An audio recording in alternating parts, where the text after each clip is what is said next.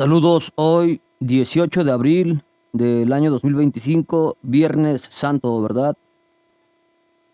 Son las 2:42 de la mañana. Hace unas horas, todavía en la noche del jueves, estaba pensando en voz alta, como si estaba teniendo un monólogo, ¿verdad? Pensando acerca de lo que significaba todo esto por decirlo de alguna forma, la existencia, ¿ok? Refiriéndome específicamente al argumento o la razón lógica que hace que, por ejemplo, nosotros tengamos una experiencia material, por decirlo de alguna forma, tomando en cuenta la posibilidad, aunque realmente la ciencia no lo ha reconocido como tal, ¿verdad? De la existencia de un mundo espiritual, ¿verdad? Personalmente, digamos que me formé en la religión católica desde que era niño, ¿verdad? Me fui bautizado, confirmado, hice mi primera comunión, etcétera, ¿no? Eh, en ese sentido, pues se me instruyó para, digamos, conmemorar especialmente estas fechas, ¿verdad? Bueno, digamos que es uno de los momentos más emblemáticos para la religión católica, que es lo que representa todo el tema del Via Crucis y el misterio de pues en términos generales, la vida, muerte y resurrección de Jesucristo, ¿verdad? En el año 33 de nuestra época en Jerusalén, ¿verdad? Específicamente en las escrituras dicen el cerro de la Gólgota, ¿verdad? Entonces, mientras yo pensaba esto en voz alta, dije, pues voy a hablar acerca de este tema. Y bueno, repentinamente a los minutos se fue la luz, ¿verdad? Entonces pensé, tal vez de alguna forma esto es obra de la maldad, ¿verdad? De estos seres espirituales de los que se ha hablado desde antaño, y no solamente en el aspecto o en la religión de los católicos, sino en muchas otras religiones alrededor del mundo, ¿no? Honestamente no me consta ni sé tampoco acerca de la certeza de los textos o de las referencias que hablan de estos casos. Sin embargo, bueno, pues se sabe que sí es una realidad, que, por ejemplo, los hindúes decían no solamente o aceptaban la existencia de estos seres malignos que tomaban, pues literalmente posesión de las personas, sino también de los animales, ¿verdad? Incluso cuando dicen que se percataban de esa situación, pues sacrificaban a los animales que de alguna forma habían sido posesionados por estas entidades malignas. O sea, no es algo que sea exclusivo de las personas, sino que estos entes, estos seres malvados se manifiestan en infinidad de situaciones, ¿no? Creo que es lógico pensar que en estos tiempos, cuando digamos a los feligreses, ¿verdad? Se nos llama a, pues, sustentar y reforzar nuestra fe precisamente en estas enseñanzas que, pues, se nos enviaron desde el reino de los cielos, ¿no? Porque esencialmente Jesucristo, pues, nos habló acerca de ese tema, acerca de este tema en específico, ¿verdad? Me refiero a que, por ejemplo, el tema de la reencarnación, ese tipo de cosas se ha abordado también desde muchas otras culturas, como los egipcios, por ejemplo, ¿no? Entonces, todas estas creencias, pues tienen sus variantes, ¿verdad? En lo que respecta al tema de Jesús de Nazaret, pues nos vino a hablarnos de la existencia de un mundo espiritual, del reino de los cielos, ¿no? Yo creo que esa es la enseñanza más, es el tema esencial de su enseñanza, ¿verdad? más allá de lo que implica regresar de la muerte, por ejemplo, a la experiencia física y material, ¿no?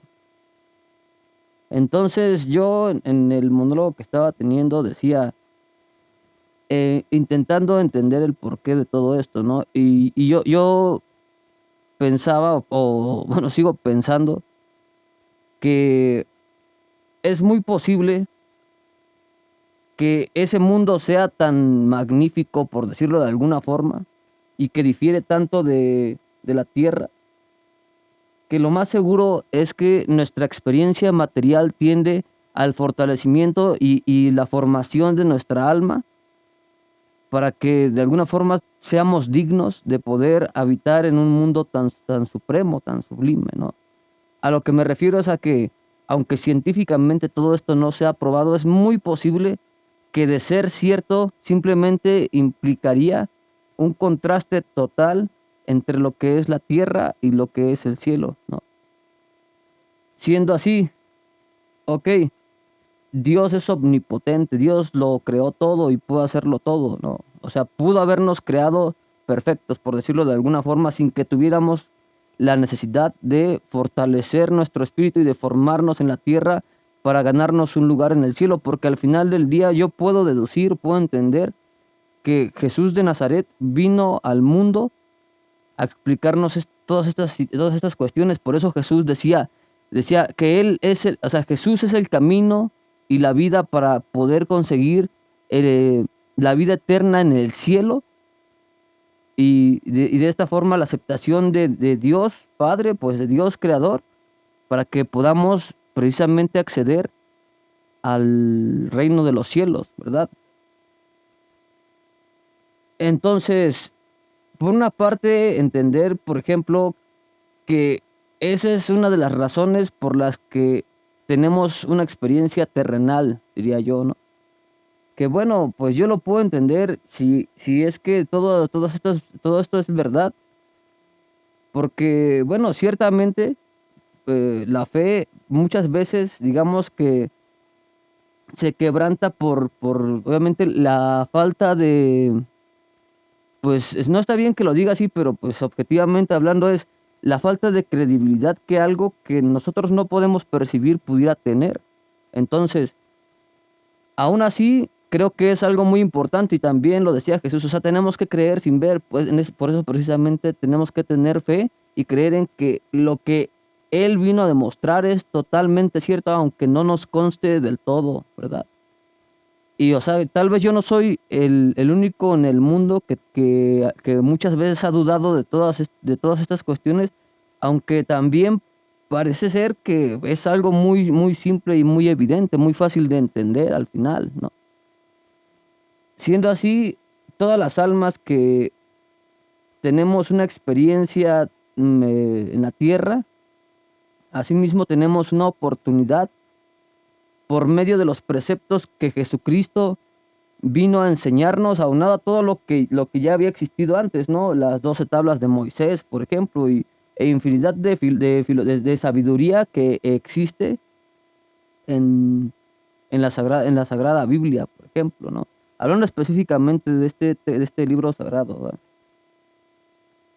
Entonces, pues me parece muy lógico que, digamos, este sea el itinerario para que nuestra alma pueda encontrar los méritos suficientes para poder existir y trascender más allá de la muerte hacia un mundo mejor, hacia un mundo espiritual que es el reino de los cielos del que vino a hablar Jesús de Nazaret, ¿verdad? O sea, no solamente vino a hablar, sino que vino a corroborar su existencia por medio de las manifestaciones que se narran específicamente en los evangelios de Lucas, San Juan, Marcos y Mateo, ¿verdad?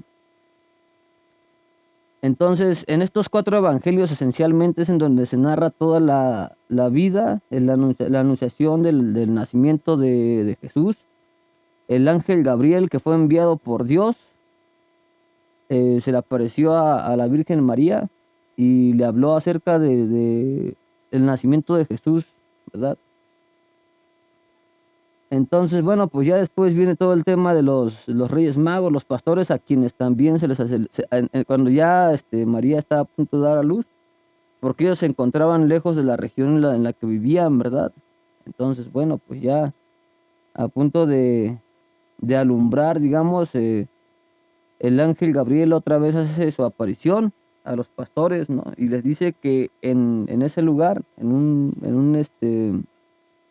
un granero, eh, de la región, bueno, ahí en Belén, obviamente, pues estaba pues María a punto de dar a luz a Jesucristo, al Salvador, ¿verdad?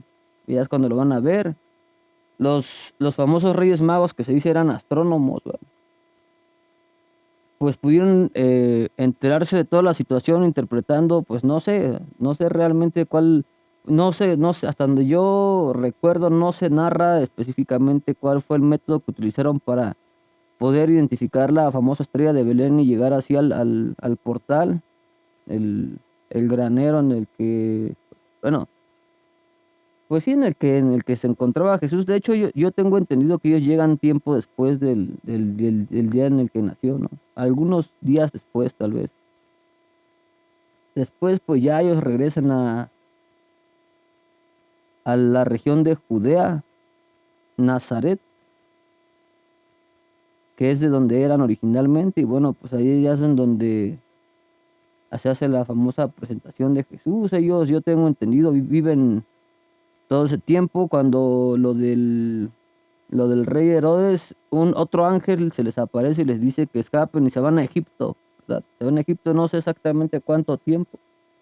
Después ya regresan y ya es cuando acontece todo lo que, pues todo lo que se conmemora en esta época, ¿verdad? Del año, que si no mal recuerdo es esa es la primer semana después de la primer luna llena de abril, ¿verdad?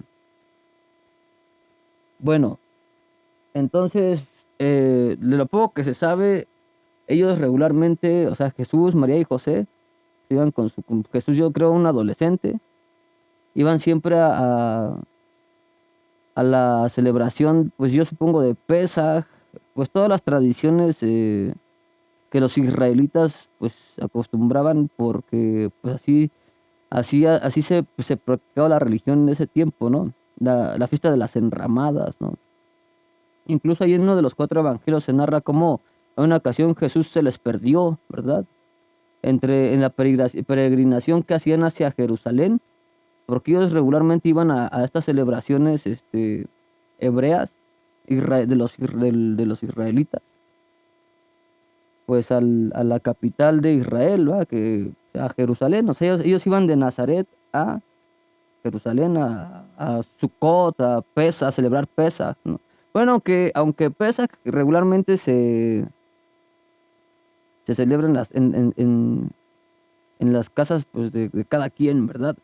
Pero tengo entendido que la fiesta de las enramadas, que es Sucot, porque son varias, son como cuatro celebraciones que hacen alusión al mismo tema, que es la liberación del pueblo de Israel de Egipto, ¿verdad? Aquí es donde, bueno, ese es otro tema, ¿no? Lo de Moisés, cuando subió al monte Sinaí y le fueron entregadas le fueron entregadas las tablas en donde estaban escritos los 10 mandamientos, ¿verdad? Fue donde en esta misma peregrinación de cuando el pueblo de Israel fue liberado de la esclavitud de los egipcios, esta famosa pelea contra Amalek, ¿no? Que envió, no, creo que se llamaba Josué, el que comandó el ejército de los israelitas, y Moisés subió a un monte, ¿verdad?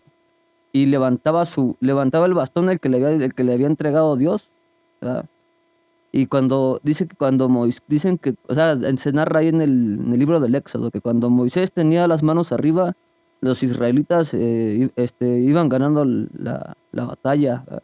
Y cuando Moisés bajaba las manos, los amalequitas empezaban a tomar la ventaja, ¿no?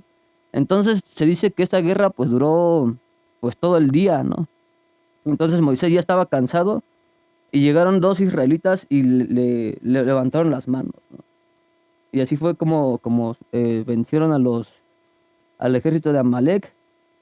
de quien se profetizó iba a ser el enemigo perpetuo de cada época del pueblo de Israel, ¿verdad? Hasta el fin de los... Bueno, no se dice que hasta el fin de los tiempos, pero dice que en cada época este ejército es contra quienes iban a combatir los israelitas, ¿no? O sea, se podría interpretar en cierto sentido, por ejemplo, que ahorita que Israel tiene problemas ahí en Medio Oriente, que esos adversarios, pues, se podría adecuar, digamos, a la figura bíblica o a este relato, a este versículo bíblico que dice, ¿no? Y en cada época como si resurgieran para seguir peleando, ¿va?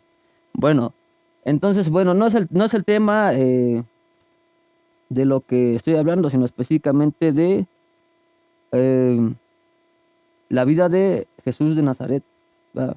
O sea, ahorita, por ejemplo, tenía pensado y dije, voy a leer dije, voy a volver a leer el Evangelio, los libros de San Mateo, San Lucas, San Marcos y San Juan, ¿va? Ahí es en donde se narra todo, o sea, de principio a fin. Hay dos de estos, pero que de hecho no fueron, se dice que no fueron quienes escribieron propiamente el libro, sino personas que los conocieron y escucharon las historias y ellos fueron los que escribieron, pero digamos que de palabra o sea, o sea, en base a las palabras y las narraciones y los relatos que los mismos apóstoles dijeron, ¿va? Específicamente estos cuatro apóstoles, ¿va? Entonces dos de ellos empiezan a hablar de la genealogía de Jesucristo. Después básicamente hablan de lo mismo, de su nacimiento y aunque son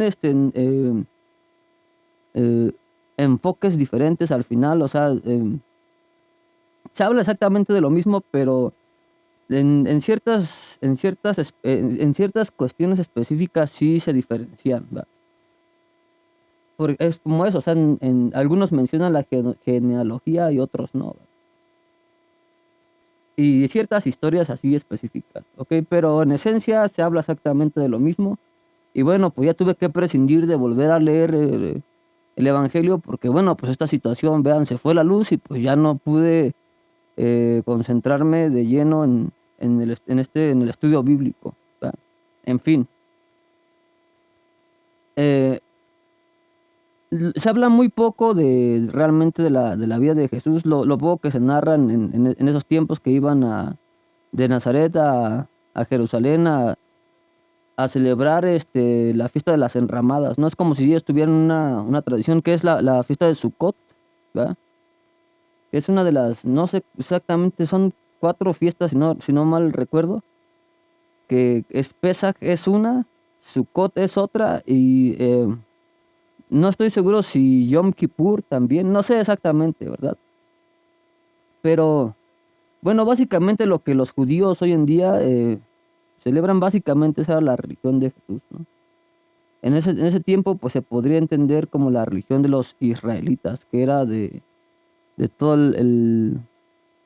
pues se puede decir el reino de Israel, ¿no? Las 12 tribus, pues, ¿no? O sea, en fin.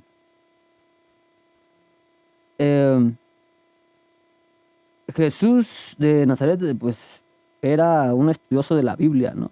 O sea, él acostumbraba ir a orar a las sinagogas y es cuando encontraba a las personas y le decían que lo conocían, ¿no? O sea, le reconocían que su muerte, perdón, corrección, le reconocían que su nacimiento había sido anunciado, o sea, que era un personaje, pues, que de alguna forma sí tenía una cierta injerencia en todo el tema pues, del estudio bíblico. Eso él estudiaba a los profetas, hablaba, ¿no? Acerca del tema en las sinagogas y se le reconocía, ¿no? Cuando yo creo que empezó a llamar la atención, no puedo ser muy puntual o muy específico porque precisamente pues tenía que recordar leyendo otra vez los evangelios, ¿va? Pero se me impidió como si me estuvieran poniendo el pie, ¿no? Pero en fin, que eso no me detenga para hablar de algo que, bueno, es muy importante para el bienestar espiritual, ¿verdad? En fin, entonces en todos estos, pues en todo este desarrollo de su existencia, en las sinagogas, pues se hablaban con Jesús, algunas personas pues se acercaban a platicar, ¿no? A decirle algunas cosas. Y bueno, es cuando tiene relevancia todo ese tema de que a él le decían que había personas que tenían espíritus malignos dentro, ¿no? Entonces Jesús pues los reprendía, ¿verdad? Entonces digamos que de esta forma él empezó a demostrar su autoridad espiritual, ¿verdad? Así, bueno, pues en pocas palabras él se hizo de muchos seguidores. De hecho, lo conocían muchos lugares, ¿verdad? De entre todos sus seguidores, él eligió a 12, ¿verdad? Que digamos que eran sus apóstoles, eran sus discípulos emblemáticos, vamos a decirlo así, pero él tenía muchos seguidores y él tenía muchos discípulos, ¿verdad? O sea, se puede entender, aunque no estoy seguro si se dice específicamente, pero se puede entender que esta situación fue de esa forma, ¿verdad? Entonces, yo, la verdad, yo quería puntualizar esto, pero bueno, pues tal vez sea parte de lo que yo no sé a qué atribuirle toda esta situación, pero siento que va por ahí. O tal vez una simple coincidencia, cosa que la verdad dudo que sea una coincidencia, ¿verdad? En fin, quería puntualizar esto con la finalidad, pues, de dar información más precisa del tema, pero voy a intentar, o sea, voy a intentar que se pueda entender la idea, ¿verdad? Entonces, después de que Jesucristo, o sí, Jesús el Cristo ya había, pues, predicado, ya había hablado, porque decía cosas muy poéticas, o sea, cosas muy ciertas, ¿verdad? Y pues la gente lo seguía, la gente creía en él, obviamente, ¿verdad? Entonces, cierto día dijeron que iban a ir pues, a continuar con esta labor, ¿cómo se puede decir? Iba a seguir predicando propiamente, ¿no? Y yo quería puntualizar en la cuestión de si era Pesaj, o sea, el Pesaj, o Pascua. Ahorita Pascua significa paso, o sea, el cambio de paradigma, el paso de un paradigma a otro paradigma, ¿verdad? En ese tiempo, pues, Pascua o Pesaj, que más, o sea, se puede entender en el mismo sentido, pues se refiere a la celebración que es ahorita la que están celebrando los judíos, de la liberación de la esclavitud de los israelitas por los egipcios, ¿verdad? Con lo del Mar Rojo y eso, ok, eso es Pesaj. Entonces no sé exactamente si fue en ese tiempo y la razón por la que ellos iban hacia Jerusalén, ¿verdad? Pues él iba con todos sus discípulos y cuando, o sea, en ese camino pues iban peregrinando, ellos iban caminando, ¿verdad? En ese camino, por eso quería puntualizar en todo esto, pero bueno, pues más o menos recuerdo que es así porque ya tiene algún tiempo, más de un año tal vez que leí, o sea, regularmente los leo, pero pues no, o sea, mi memoria no es para que yo pueda, ¿cómo se llama? Tener o sea, literalmente cada letra y cada palabra, pues en mi mente, pues las cosas no son así, ¿verdad?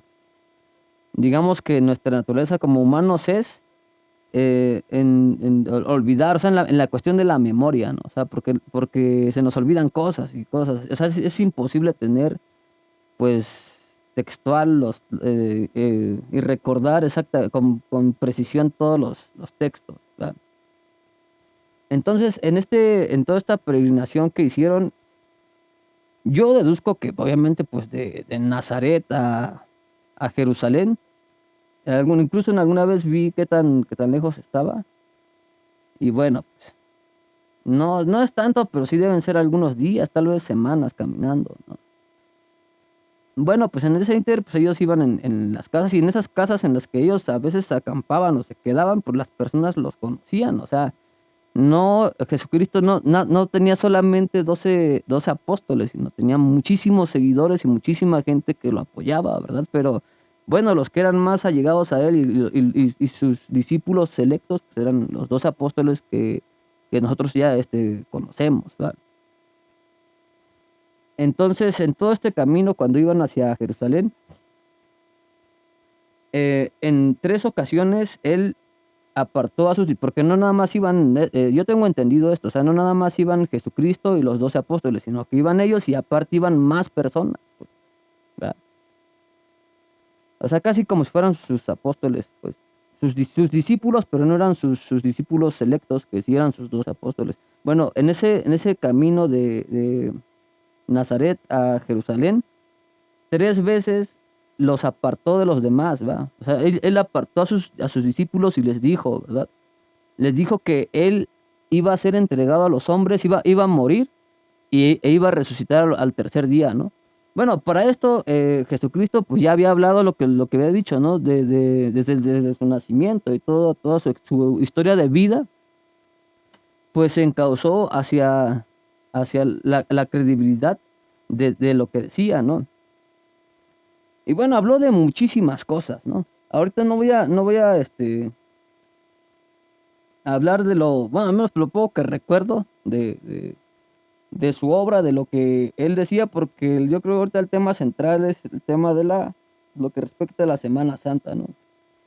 Incluso antes de eso, pues él fue 40 días a orar y fue donde se encontró al demonio, ¿va? En fin. Pero esencialmente lo que se tiene que entender es que Jesús habló del reino de los cielos, o sea, la existencia del reino de los cielos, ¿verdad? Que es un mundo del que están privados o están vetados todos los malvados, ¿verdad? O sea, la maldad ahí es un lugar que nunca va a pisar, o sea, la maldad nunca jamás va a poder conocer el cielo, en pocas palabras, porque el camino, la verdad y la vida es Jesús. Jesucristo es el único método que existe para poder ser dignos de vivir en el cielo, ¿verdad? O sea, en pocas palabras, esta es la idea que se tiene que entender de la enseñanza esencial de Jesucristo, ¿verdad? En fin, bueno, él en 3 ocasiones en ese trayecto apartó a sus discípulos de la multitud y les dijo, ¿verdad? ¿Qué es lo que iba a acontecer? Ok, bueno, pues el famoso Domingo de Ramos en las afueras de Jerusalén, ¿verdad? Ya es cuando entra Jesús triunfante a la ciudad de Jerusalén, ¿no? Ya pues acontece todo lo de el tema del, ¿cómo se llama? Ah, en el templo, ahí en el templo, en las afueras del templo, cuando voltea las mesas, ¿no? Y pues ya hace el comentario, ¿no? Que lo que es de Dios es de Dios, y lo de César es de César, ¿verdad? Aunque también creo que, o no, por eso no puedo puntualizar por toda esta piedra con la que tropecé, ¿va? O me hicieron tropezar, ¿no? Yo lo veo así, ¿no? O sea, me pareció muy coincidente que en mi monólogo o mis pensamientos en voz alta a los minutos, 15 minutos se va la luz, ¿no? Qué mal. Justamente cuando ya tenía en mente, pues empezar a leer y recordar o sea, para ser más puntual, digamos, en todos estos comentarios, pero ustedes mismos lo pueden corroborar y aquí en los evangelios del Nuevo Testamento, en los primeros 4 libros, libros del Nuevo Testamento es en donde se narran todas estas historias, ¿verdad? Entonces, bueno, lo que pasa ahí el día de ayer, o sea, el jueves, es cuando, pero para eso ya los fariseos y los maestros de la ley, ¿verdad? Los que se hacían llamar pues las autoridades en la interpretación de la Torá y bueno, y de los textos proféticos, bueno, de los libros de los profetas y el tema, ¿verdad? Pues ya habían ido con el gobernador, ¿verdad?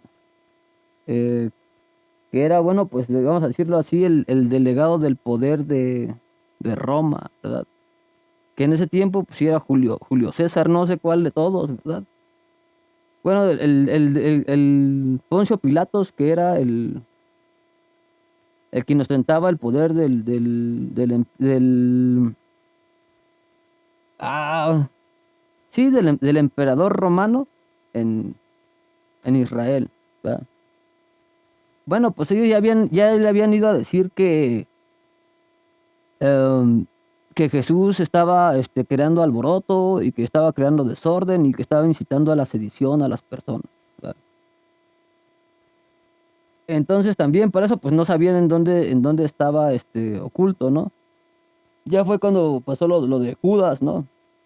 Que incluso en la noche de la última cena, pues él le dice a sus discípulos que uno de ellos los va a traicionar, ¿no? Pues ya básicamente pues da a entender que es Judas, ¿verdad?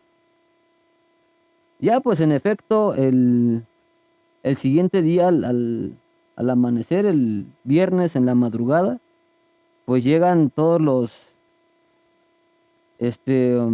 pues el ejército romano y lo captura, ¿verdad? Ya es cuando es lo que se va a conmemorar hoy, ¿no? Aquí en la región, aquí en Vejila, es donde está el Montecristo, ¿no? O sea, en, pues sí, o sea, en esa región, o sea, o sea, está el Montecristo y ahí o sea, muy cerca de ahí, ahí está Vejila, ahí es en donde hacen la representación del Via Crucis, ¿verdad? De hecho, hace rato estaban haciendo en vivos, antes de que se fuera la luz, ahí estaba la representación de la captura de Jesús, ¿no? Aunque yo tengo entendido que eso fue el viernes en la madrugada, ¿verdad? Bueno, entonces ya lo llevan pues yo digo que a la zona central de la ciudad y pues ya se encuentra con el gobernador, ¿no? Antes de eso, les dice que lo mandan con otra autoridad ahí, que es ¿cómo se llama? Ya se me olvidó su nombre, ¿no? Este, ah, no recuerdo el nombre de ese personaje, pero es el que se burla de él, ¿no? Dice, tú eres de quien se anunció su nacimiento, y se burla de él, ¿no? Dice que tú eres el rey de los judíos, y- o sea, lo juzga como loco, ¿no? Ahorita no me acuerdo de su nombre, es muy conocido, ¿no? Es que nada más que no recuerdo exactamente cómo se llama. Caifás, creo que sí es Caifás, ¿no? Bueno, entonces él dice o sea, en pocas palabras, dice que no tiene interés en el asunto, ¿no? Ya lo llevan de regreso con Poncio Pilatos, y bueno, pues él, políticamente comprometido, pues intenta no entrar en discusiones con ¿cómo se llama? Con los fariseos y con los maestros de la ley. Y bueno, pues de alguna forma le aplica un castigo, ¿verdad? Por eso, bueno, Claudia, que era la esposa de Poncio Pilatos, pues defendió a Jesús, ¿verdad? O sea, digamos que ella abogando ante Poncio Pilatos, diciéndole que pues, es un inocente, ¿verdad? Entonces, bueno, pues ya Poncio Pilatos le manda a dar, no sé, 40 latigazos, algo así, ¿verdad? Y ya, pues lo exhibe otra vez ante las personas, ¿no? Estaba todo el pueblo ahí reunido, ¿verdad? Y dice, miren, pues ya, o sea, al principio él dice que no encuentra ningún cargo en contra de Jesús, o sea, que él no le iba a hacer nada, pero bueno, ante la insistencia, pues ya lo flagela, lo manda a flagelar y pues ya, les dice que pues ya, o sea, que ahí está su castigo, ya se resolvió el asunto y casi le dice, pues ya cada quien para su casa, ¿verdad? Y la gente entonces, pues, los fariseos, los maestros de la ley insistentes, todavía incitando a todas las demás personas, pues le sigue diciendo, no, crucifícalo, crucifícalo.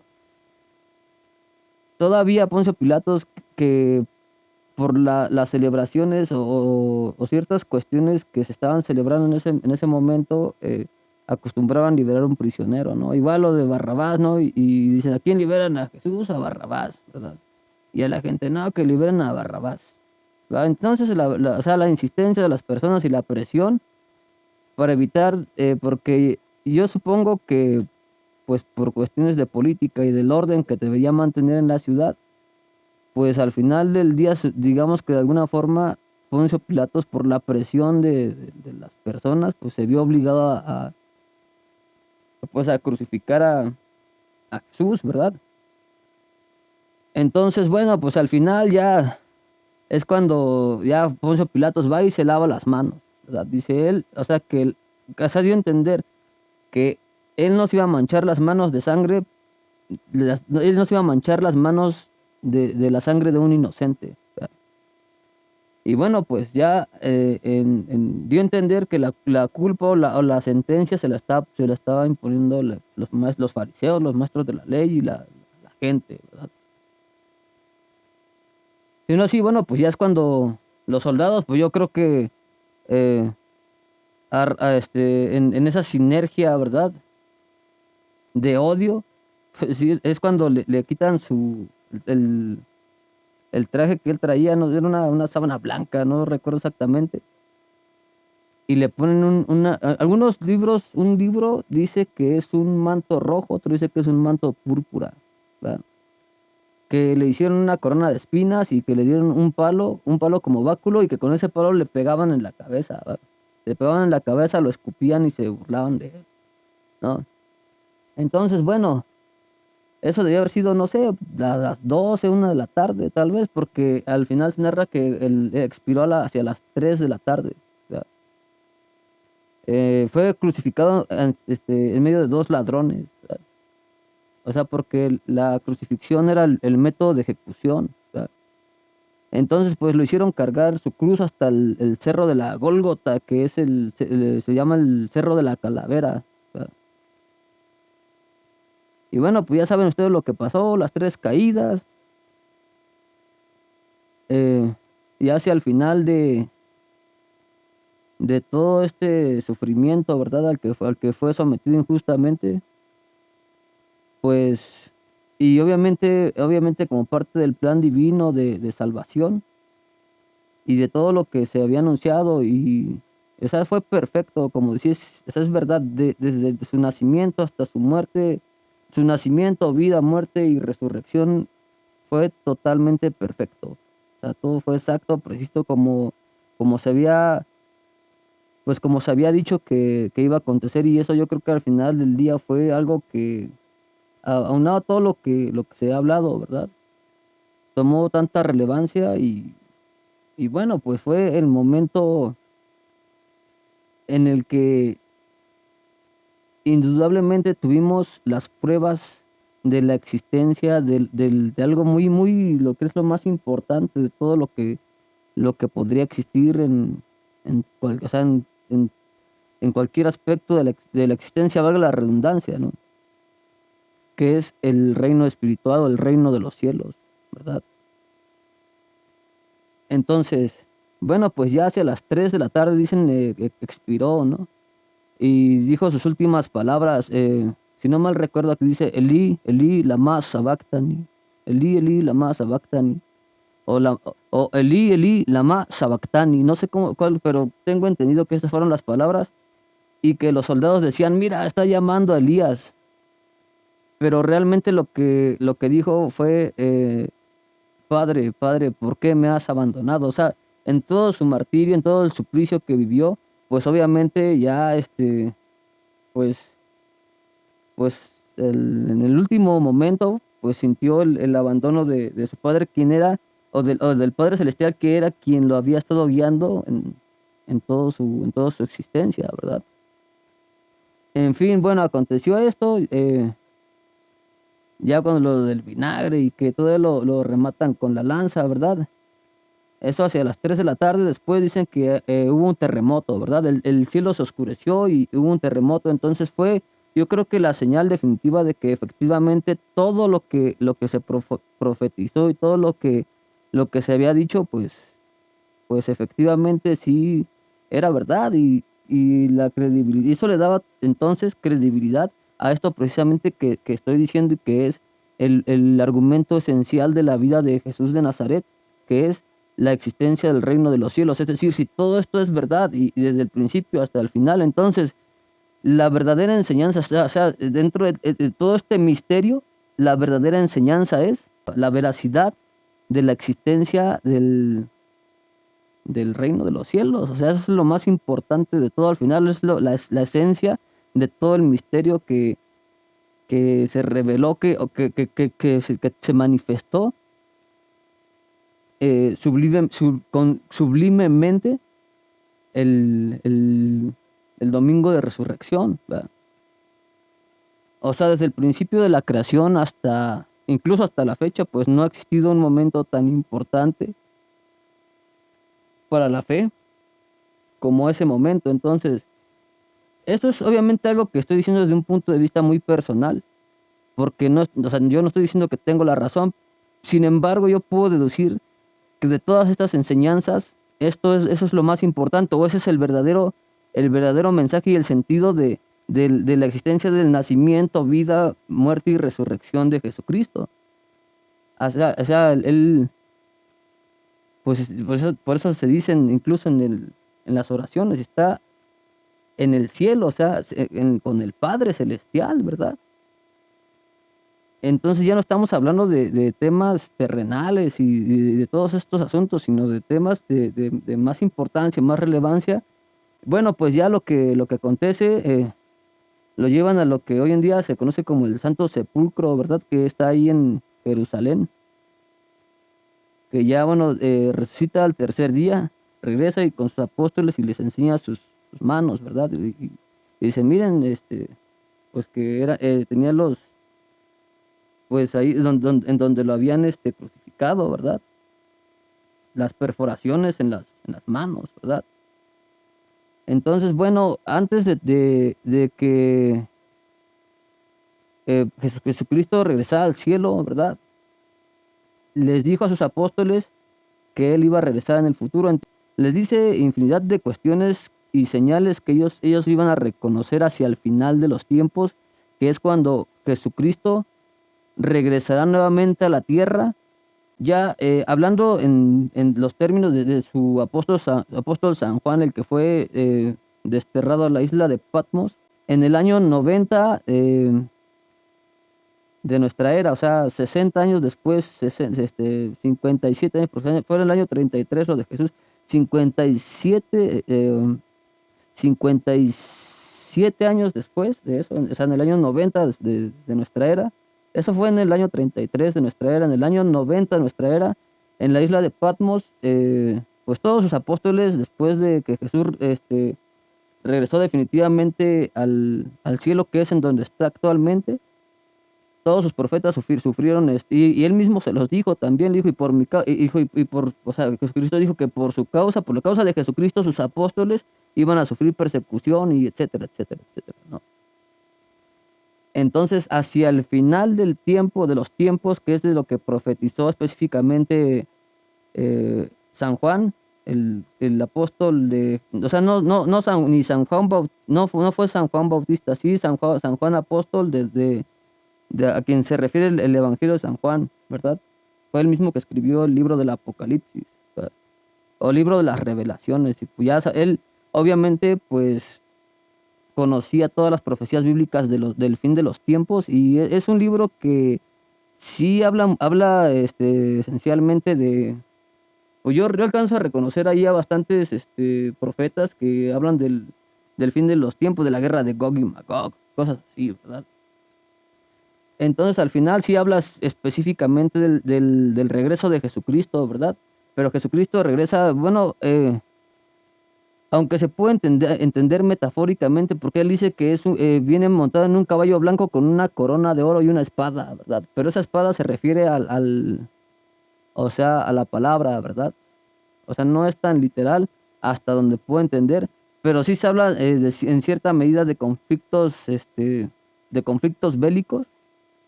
Y bueno, pues ahí es donde se narra todo el tema de la bestia y todo este asunto, ¿verdad? Que según yo, por mis interpretaciones, por la situación, el entorno hostil en el que estamos viviendo, que por cierto, son figuras bíblicas de las que también hablaron otros profetas refiriéndose a tiempos muy, o sea, la tribulación, o sea, tiempos muy difíciles para existir. posterior al peor tiempo dentro de la tribulación, digamos que el momento más difícil, yo diría el Apocalipsis 13, y eso también obviamente forma parte de la fe, aunque dicen son cosas sobrenaturales, y aunque evidentemente si somos objetivos y intentamos abordar estos temas desde la perspectiva de la ciencia, pues nunca vamos a poder resolverlo. La idea es esta: así como existe el reino de los cielos, también existen otros lugares que están lejos, o sea, no tiene nada que ver con la tierra, con el mundo físico, el mundo material. Así como existe el cielo, existe la tierra y existe otro lugar. Aquí en el Apocalipsis se menciona, ¿verdad? Este lugar es el lago de fuego, ¿verdad? El lago de fuego y azufre, que es en donde el lugar que está designado para toda esta maldad a la que se le dio la autoridad para pasar para estar ahí por los siglos de los siglos. O sea, por los siglos de los siglos, la bestia en el 14 dice: todos los que siguieron a la bestia y se dejaron engañar y se dejaron marcar por ese ser. Algunos dicen que el anticristo, aunque el anticristo no es una palabra que se mencione en el Apocalipsis, sí se habla de la bestia, y de la bestia sí hablaron otros profetas. O sea, Daniel específicamente, yo creo que es el libro en el que de donde se inspiró, o de donde pues también se habla de esta figura bíblica, ¿verdad? Entonces todos estos seres que ahorita en la tierra están teniendo esta hegemonía, al final del tiempo, para los santos que serán redimidos después de todo lo que estos especímenes del mal, que ahorita son los que tienen el poder, van a hacer con ellos hasta derrotarlos, y etcétera, etcétera, etcétera. O sea, los santos que fueron derrotados, el ejército del bien, vamos a decirlo así, que van a ser derrotados por los malvados, serán redimidos al final de los tiempos, y será quienes hereden al final del día, no el poder, ¿verdad? Sino la gloria, o sea, la gloria como, hablando como la nueva Jerusalén, y el derecho y el privilegio de poder vivir en el cielo, ¿verdad? Y todos los demás, porque desde el principio de la creación así estaba escrito, por su maldad, ¿va? Porque sí se lo merecen, la verdad, ¿no? ¿Por qué? Porque han sido malos, y por lo que han hecho y por lo que van a hacer, hasta que pierdan la hegemonía y el poder que tienen, ¿va? Entonces, pues se terminará todo ese poder que se les concedió, y ocuparán su lugar por los siglos de los siglos en el lago de fuego, ¿va? Y así los santos que padecieron y que sufrieron ocuparán su lugar en la gloria para siempre, y vivirán eternamente en la ciudad en la ciudad prometida, en la ciudad de los cielos, en la nueva Jerusalén, ¿verdad? Y básicamente esa es la idea, ¿va? Ahorita en la actualidad, pues yo puedo ver cómo psíquicamente estos seres existen, son invisibles muchos, ¿verdad? Otros son perceptibles, pero cómo incursionan en tu mente, cómo cometen estos actos de posesión, cómo incursionan en los sueños, ¿verdad? Y cosas así. O sea, es que al final del día la ciencia ya no alcanza para vislumbrar más allá de lo que nuestros sentidos pueden percibir, pero eso no significa que no exista. Entonces, ¿por qué, si ese argumento fuera cierto, hoy en día miles de millones de personas seguimos creyendo en todos estos asuntos de carácter sobrenatural? Es porque yo lo digo así, indudablemente es algo cierto, ¿verdad? Entonces, bueno, pues ahorita por alguna razón y algún argumento filosófico que la verdad no puedo entender, porque todo está bajo control, ¿me explico? O sea, el control de todo lo tiene el creador, y es el mismo creador quien ha permitido todo esto, pero es el mismo también que se va a encargar de juzgar y de dar a cada quien lo que le corresponde según sus obras, ¿verdad? Y eso dice: y los malvados que se sigan haciendo la maldad, y que lo que tiene que acontecer, que acontezca, porque al final la última palabra ya está escrita, y por mucho que intentemos, eso es lo que dice, y por mucho que intentemos cambiar las cosas, es prácticamente imposible. Y ustedes tal vez lo pueden corroborar. No estoy diciendo tampoco que tengamos que cerrarnos a la posibilidad, porque hay un pequeño argumento, pero yo dudo que ese argumento sea lo suficientemente fuerte como para que nada más porque sí, las cosas sean de otra forma. Es decir, lo único que para mí podría cambiar las cosas y el rumbo del destino sería, por ejemplo, que la maldad dejara de hacer la maldad. ¿Y ustedes creen que eso va a pasar? Yo lo dudo infinitamente y no creo que eso vaya a pasar.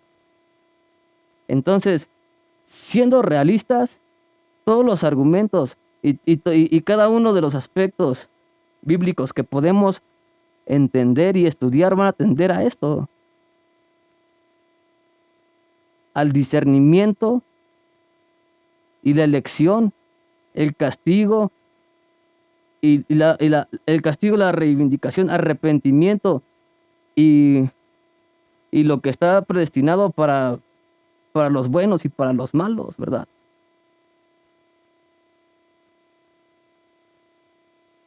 Me refiero a que la maldad, por su maldad, va a recibir su castigo. Y los buenos, dice, ahí está la paciencia y la fe al fin del día de los santos, ¿verdad? Del pueblo de Dios. Y la reivindicación y decir, al final, así tal vez, yo sí lo puedo entender, ¿no? Por lo que han padecido y por haber, y no haber negado la existencia y la palabra de Dios, a pesar de las circunstancias, ya son dignos de vivir y alcanzar el reino y de poder vivir en el reino de los cielos, ¿verdad? Entonces yo creo que ese es el argumento, ¿verdad? O sea, no podemos basar un misterio tan importante en una simple frase, ¿no? Cuando todo lo que se enseña es muy simple, ¿no? Hacer el bien para poder ir al cielo y vivir eternamente